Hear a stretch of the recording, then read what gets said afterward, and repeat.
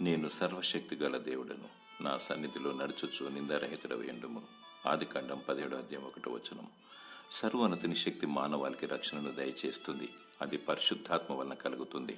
మానవుని శక్తి కుయుక్తి ఎందుకు పనికిరాదు. శక్తి చేత కాదు, బలము చేత కాదు, నా ఆత్మ ద్వారా సమస్తము చేస్తానని దేవుడు సెలవిస్తున్నాడు.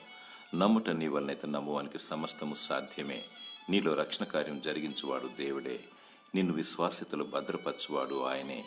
జగత్పునాది వేయబడక మునిపే, తల్లి గర్భందు రూపింపక ముందే అనాది సంకల్పము చొప్పున నిన్ను ఏర్పాటు చేసుకుని చీకటి నుండి ఆశ్చర్యకరమైన తన నిత్య వెలుగులోకి నిన్ను నడిపించాడు. నిన్ను ఏర్పాటు చేసుకున్నాడు. దేవుని స్తుతించు.